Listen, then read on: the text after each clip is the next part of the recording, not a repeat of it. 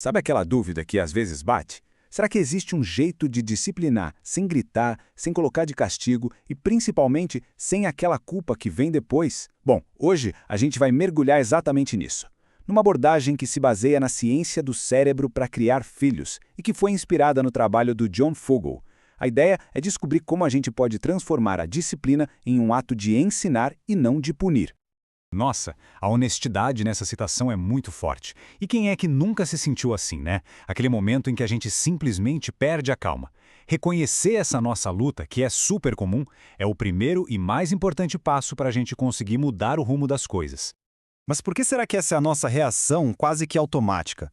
Olha, não é só uma falha pessoal, não. É bom a gente pensar nisso como se fosse uma configuração de fábrica. Nós fomos, de certa forma, programados, tanto culturalmente quanto até neurologicamente, para acreditar que disciplina e punição são a mesma coisa. E é aqui que uma ficha importante cai. A própria palavra disciplina, ela vem do latim e o significado original é ensinar ou aprender. O objetivo sempre foi guiar, orientar. Mas, de alguma forma, com o passar do tempo, a gente foi distorcendo esse significado para algo que tem a ver com causar dor para poder ensinar. Ok, então, o que a ciência tem para dizer sobre tudo isso? Por que a punição, na verdade, não funciona para ensinar? A resposta está bem ali, dentro do cérebro de uma criança quando ela se sente ameaçada. O conceito principal aqui é o tal do sequestro da amígdala. Imagina que a amígdala é tipo o alarme de incêndio do cérebro. E quando esse alarme dispara, o cérebro para tudo o que está fazendo e entra em modo de sobrevivência. E o modo de aprendizado? Esse fica completamente desligado. Olha só como isso acontece passo a passo. Um grito, uma ameaça, isso é percebido como um perigo. Aí a amígdala, o nosso cérebro reptiliano, assume o controle e libera um monte de hormônios de estresse. E o resultado final? O córtex pré-frontal, que é a parte do cérebro responsável pelo raciocínio, pela lógica, pelo aprendizado, ele simplesmente se apaga. Essa citação aqui resume a grande ironia disso tudo, né? Justamente no momento em que a gente mais quer ensinar uma lição, a punição desliga a única parte do cérebro da criança que consegue de fato aprender. E aí a gente chega naquela objeção clássica, né? Mas eu apanhei, fui punido e tô aqui, me saí bem. É o argumento mais comum que existe. E a gente precisa encarar isso de frente. A resposta para isso muda completamente a perspectiva. Ter sucesso na vida não é uma prova de que a punição funciona. Na verdade, é uma prova da incrível resiliência do ser humano. A gente prospera apesar da punição e não por causa dela. Beleza. Se punir não é a resposta, qual é então? A alternativa é focar em consequências. A grande virada de chave é mudar o foco da culpa para o aprendizado. Essa tabela deixa a diferença cristalina. A punição, ela olha para trás, para a culpa. A consequência, por outro lado, olha para frente, para a solução. Uma quer causar dor, a outra quer ensinar. Uma quebra a conexão entre pais e filhos, enquanto a outra constrói habilidades para a vida toda. É uma mudança total de paradigma. Esse exemplo prático aqui ilustra tudo perfeitamente. Punir a criança por causa do marcador ensina uma lição. Meu pai fica assustador. Já a consequência lógica, que é ajudar a consertar o que foi feito, ensina a lição de verdade. Caneta permanente estraga as coisas e eu posso ajudar a resolver.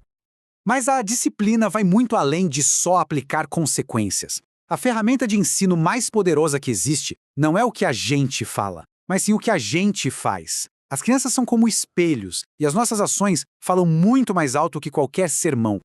E existe uma razão científica para isso que é fascinante. São os neurônios espelho. São células no nosso cérebro que disparam tanto quando a gente faz alguma coisa, quanto quando a gente vê outra pessoa fazendo a mesma coisa. É literalmente aquele ditado macaco vê, macaco faz, programado na nossa biologia. E essa frase famosa da neurociência explica o porquê. Toda vez que a gente age com calma ou com raiva na frente dos nossos filhos, a gente está fortalecendo circuitos neurais para aquele mesmo comportamento no cérebro deles. Estamos literalmente moldando quem eles vão se tornar. Ufa! Tudo isso parece muita pressão para sermos pais e mães perfeitos, né? Mas calma, que agora vem a parte mais libertadora. O objetivo não é a perfeição, é o reparo. É o que a gente faz depois de cometer um erro que realmente importa. E essa é a pergunta de $1 milhão, não é mesmo? O que acontece quando nós erramos? Quando a gente perde a calma? Porque, sejamos realistas, isso vai acontecer uma hora ou outra. A resposta é surpreendente e vem de um lugar que a gente nem imagina. o mundo dos negócios. Tem estudos que mostram que consertar um problema para um cliente pode criar mais lealdade do que se o problema nunca tivesse acontecido. E o mesmo vale para a criação de filhos. As nossas falhas podem se tornar as nossas maiores oportunidades de conexão. Então, como a gente faz esse reparo do jeito certo? O processo é bem claro. Primeiro, assumir total responsabilidade. Segundo, dizer o que vai ser diferente no futuro. Terceiro, se reconectar com a criança. E, a regra de ouro, nunca, jamais usar a palavra mas. Um pedido de desculpas com mas não é desculpa, é justificativa.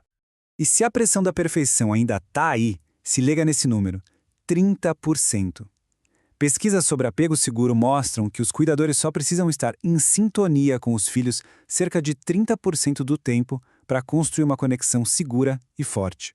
Apenas 30%. Isso não tira um peso enorme das costas? No fim das contas, tudo se resume a esta pergunta final: qual é o nosso objetivo a longo prazo? Estamos ensinando as crianças a terem medo da punição? Ou estamos ensinando elas a fazerem boas escolhas por conta própria? Porque um se baseia no medo e o outro na sabedoria interna. E a resposta que a gente dá para essa pergunta muda completamente a forma como criamos os nossos filhos.